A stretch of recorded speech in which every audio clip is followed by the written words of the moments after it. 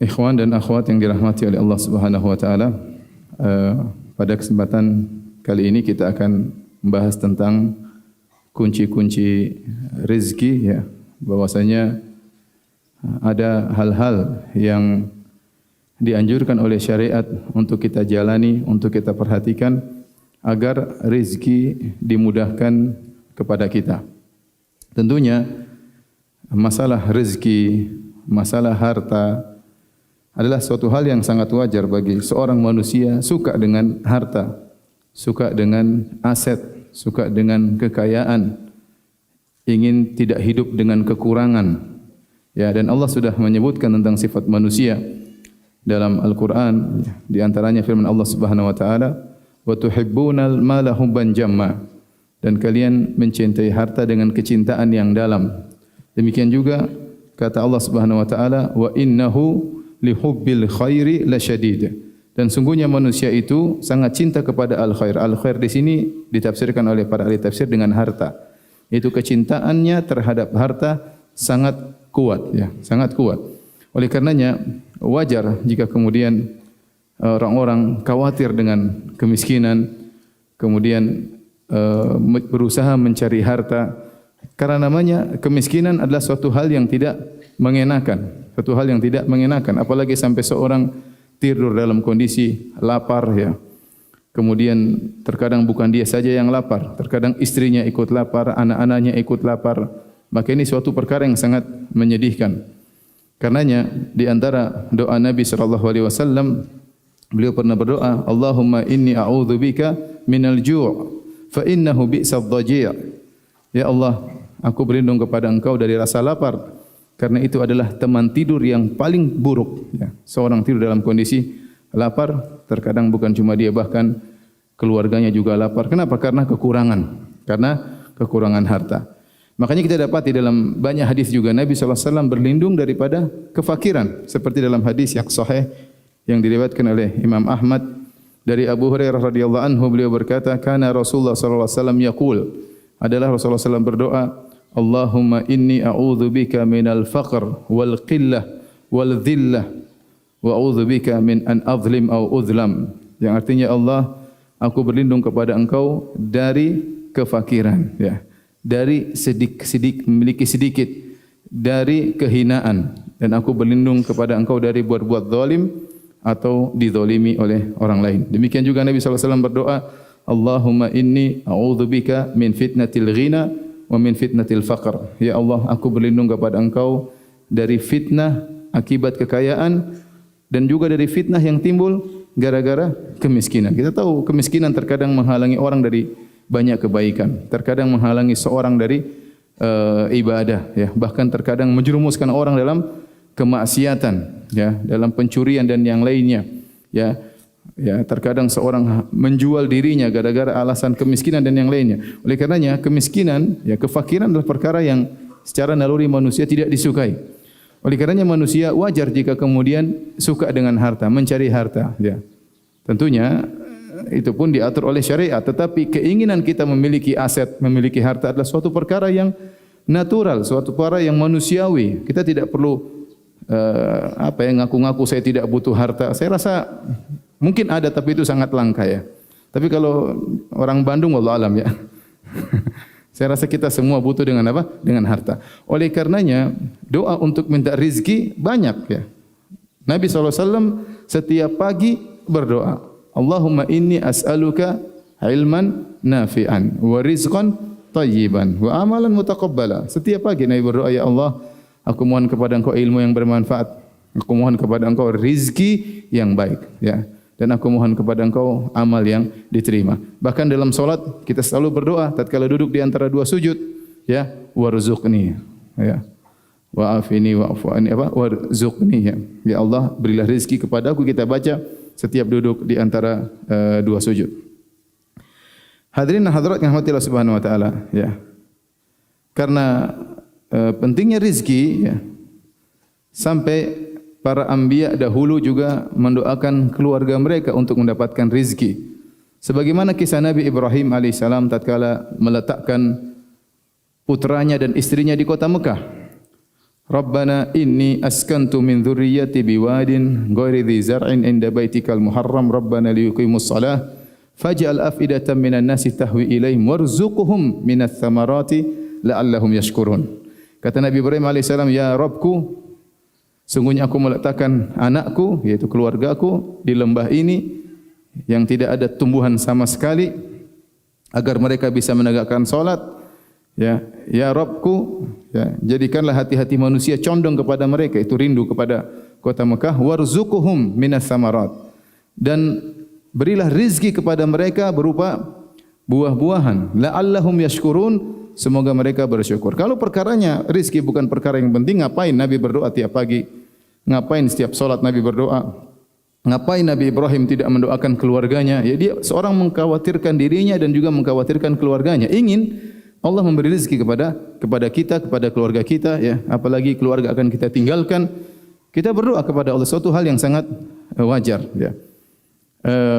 Dan Allah Subhanahu wa taala menyuruh kita untuk mencari rezeki, ya. Kata Allah Subhanahu wa taala, ya, huwallazi ja'ala lakumul arda dhalula famshu fi manakibiha wa kulu min rizqi.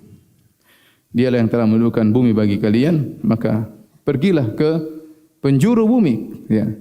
Wa kulu min rizqi, dan makanlah dari rezeki Allah Subhanahu wa taala. Allah berfirman, fa idza qudiyatis salatu fantashiru fil ardi wabtaghu min fadlillah.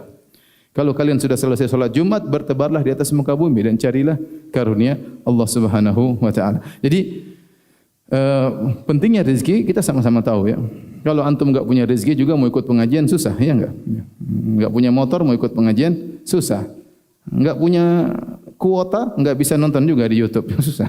Jadi memang rezeki kita perlukan ini. Tapi yang kita mohon adalah rizqon thayyiban, rezeki yang baik. Jadi ini pembahasan penting bagi kita semua, ya. Bagi saya, bagi antum, ya. Karena setiap kita punya tanggung jawab, ya. Bagi yang jomblo juga penting, ya, biar dapat rezeki istri yang soleha, ya.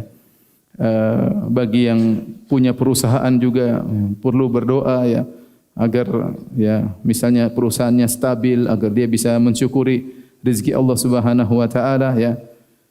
Karena ini semua menunjukkan akan pentingnya pembicaraan kita tentang rezeki. Baik. Hal berikutnya yang ingin saya sampaikan sebelum kita menyampaikan tentang kunci-kunci rezeki, bahwasanya kita harus sadar rezeki itu tidak terbatas pada materi. Rezeki itu anugerah, kalau bahasa kita, anugerah karunia, ya. Anugerah karunia, ya. Dan Allah memberikan kita banyak karunia, ya. Banyak karunia, ya. Yang masing-masing karunia tersebut adalah rezeki dari Allah yang harus kita syukuri, ya. Ya, di antara karunia misalnya berupa aset, iya, rezeki, harta, ya. Di antaranya misalnya anak yang soleh, ya. Habli min ladunka dzurriyyatan thayyibah, ya Allah anugerahkanlah kepadaku anak yang baik. Seorang punya anak yang soleh itu rizki yang luar biasa, rizki yang menopang hidupnya, rizki yang membuat dia bahagia.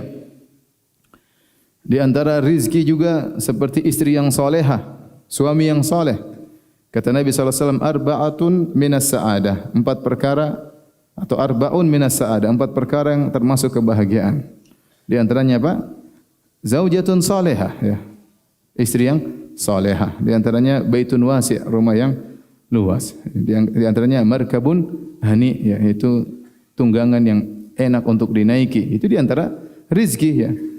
Kalau seorang memiliki istri yang salihah, ya, di zaman sekarang ini, maka itu adalah nikmat karunia yang luar biasa. Karunia yang luar biasa. Terkadang seorang memiliki rumah yang banyak, rumah yang luas, tapi kalau ternyata istrinya tidak soleha, tiap hari ngomel, tiap hari nuntut macam-macam, tidak pernah berterima kasih kepada suaminya, tidak pernah menghormati suaminya, ya, kebahagiaan itu rasanya hambar gara-gara dikotori dengan istri yang seperti ini, ya. Ya. Istrinya kalau masuk rumah seperti macan, ya. Kalau keluar rumah seperti kelinci, Masya Allah. Kalau sama orang lain ramahnya luar biasa. Jangankan sama orang lain, sama Gojek saja ramah. Gojek, tukang bakso ramah, ya. Mas, tambahin 1 piring mas, 1 mangkok lagi mas, ya. Sama suaminya mencak-mencak. Jangan-jangan suaminya berdoa semoga menjadi tukang bakso biar suaminya istrinya ramah sama dia. Sebagian wanita seperti itu. Tapi kalau seorang laki sudah mendapatkan istri yang solehah, maka itu rezeki yang luar biasa. Ya, kalau dilihat maka menyenangkan. Ya, kalau kita jauh rindu ingin bertemu dengannya, hari terasa hambar kalau kita tidak mendengar suaranya. Itu rezeki luar biasa. Makanya kalau ada istri antum solehah seperti itu, pegang erat-erat, ya. Pegang erat-erat dan gigi dengan geraham kalian kuat-kuat. Karena jarang ya istri-istri solehah seperti itu ya. Jadi jangan kita batasi bahwasanya rezeki hanya pada harta. Ya, karena kalau orang hanya membatasi rezeki pada harta, terkadang dia tidak pandai bersyukur. Padahal rezeki itu banyak ya. Kita dikasih hidayah oleh Allah, rezeki yang luar biasa hidayah. Kita diberi qanaah, kanzun, rezeki yang luar biasa yang tidak bisa dilawan oleh apapun, rasa qanaah dalam diri ya. Jadi kesehatan luar biasa ya. Kesehatan. Ada orang subhanallah cari uang sebanyak-banyaknya, dia ingin makan enak. Begitu dia cari uang, dia kaya, waktunya makan enak dia sakit. Enggak boleh makan ini, enggak boleh makan anu, enggak boleh. Bayangkan. Dia bisa masuk ke rumah sakit yang termahal. Dia bisa beli obat yang termahal. Dia bisa bayar dokter yang termahal, tapi tetap aturan berlaku, enggak boleh makan ini, enggak boleh makan ini. Antum makan apa saja? Mau di pinggir jalan, mau kolesterolnya banyak, antum sikat aja. Tahu-tahu mati. Jadi maksud saya kesehatan untuk rezeki yang luar biasa. Jadi kalau seorang tidak membatasi rezeki hanya pada materi, maka dia akan banyak bersyukur kepada Allah Subhanahu wa taala.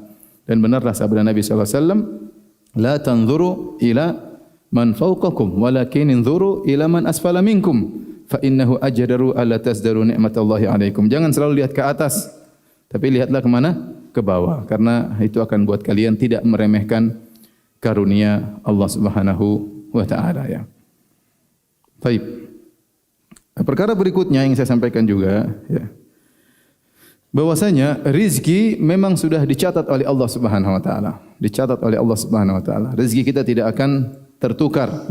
Kalau Allah kasih rezeki kita akan dapat. Kalau kita berusaha namun bukan rezeki kita, maka bukan rezeki kita. Seorang sudah makan enak, tahu-tahu dia muntah. Ya sudah, itu berarti bukan rezekimu, makanya keluar lagi. Itu bukan rezekimu. Bukan rezekimu. Tapi kalau itu rezekimu maka akan sampai kepadamu ya. Ya. Tentu ada aturannya, itu kau berusaha, maka Allah akan berikan rezeki kepadamu ya. Tapi rezeki maktub, sudah tercatat. Sebelum engkau keluar di muka bumi ini, Allah sudah mencatat rezekimu. Di antaranya seperti firman Allah Subhanahu wa taala, "Wa ma min dabbatin fil ardi illa 'ala Allahi rizquha wa ya'lamu mustaqarraha wa mustawda'aha kullun fi kitabim mubin." Kata Allah, tidak ada ya satu binatang melata pun di atas muka bumi ini. Jangankan antum manusia, ya. Binatang melata di atas muka bumi ini. Apakah ulat di dalam tanah ataukah ikan di dasar lautan, di dalam batu ya. Di dasar lautan, semuanya sudah dicatat rezekinya oleh Allah Subhanahu wa taala. Dan Allah berfirman di akhir ayat, kullun fi kitabim mubin, semua sudah tercatat di Lauhil Mahfuz. Jadi kita harus tahu rezeki kita sudah tercatat. Tinggal cara kita bagaimana berusaha untuk mendapatkan rezeki tersebut ya. Kemudian juga ya, jadi kalau hewan saja Allah sudah diatur rezekinya oleh Allah Subhanahu wa taala, bagaimana lagi dengan manusia ya. Kemudian juga dalam hadis Ibnu Mas'ud masyhur dengan hadis Shadiqul Masduq ya. Kata Nabi sallallahu alaihi wasallam tentang bagaimana perjalanan nutfah kemudian menjadi janin dalam perut seorang wanita ya. Kemudian Nabi sampaikan ya tatkala sudah mencapai usia 120 hari maka fayursalu ilaihi malak, maka dikirim kepadanya malaikat. Fayu'maru bi arba'i kalimat. Kemudian malaikat tersebut diperintahkan untuk mencatat 4 perkara. Bi katbi rizqihi. Di antara 4 perkara tersebut disuruh catat tentang rezekinya. Jadi sebelum Anda keluar dari perut ibu Anda menuju alam semesta ini, Anda sudah dicatat rezekinya sekian-sekian oleh Allah Subhanahu wa taala. Kemudian juga dalam hadis kata Nabi sallallahu alaihi wasallam, "Inna ruhal qudus nafatha fi ru'i." Sungguhnya malaikat Jibril memberi wahyu ke dalam hatiku, "Anna nafsan lan tamuta hatta tastakmila rizqaha." Bahwasanya satu jiwa tidak bakalan meninggal dunia sampai sempurna rizkinya. Jatahnya harus selesai, ya, baru sempurna rizkinya, ya. Baru dia dipanggil oleh Allah Subhanahu wa taala. Kalau rizkinya belum selesai jatahnya, dia tidak bakalan meninggal dunia. Ini harus kita yakin. Anna nafsan lan tamuta hatta tastakmila rizqaha. Satu jiwa tidak akan meninggal dunia sampai dia disempurnakan rizkinya. Ala fattaqullah. Kalau begitu bertakwalah kepada Allah. Wa ajmilu fi talab, dan cari harta dengan cara yang baik. Wala yahmilannakum istibta'ur rizqi an tatlubuhu bima'asillah. Jangan gara-gara kalian merasa rizki lambat lantas kalian mencari dengan cara yang haram. Rizki kalian akan datang dengan cara yang halal atau dengan cara yang haram akan datang. Anda menempuh dengan cara halal akan datang, dengan menempuh cara haram juga akan datang. Kalau begitu pilih dengan cara yang halal, ya.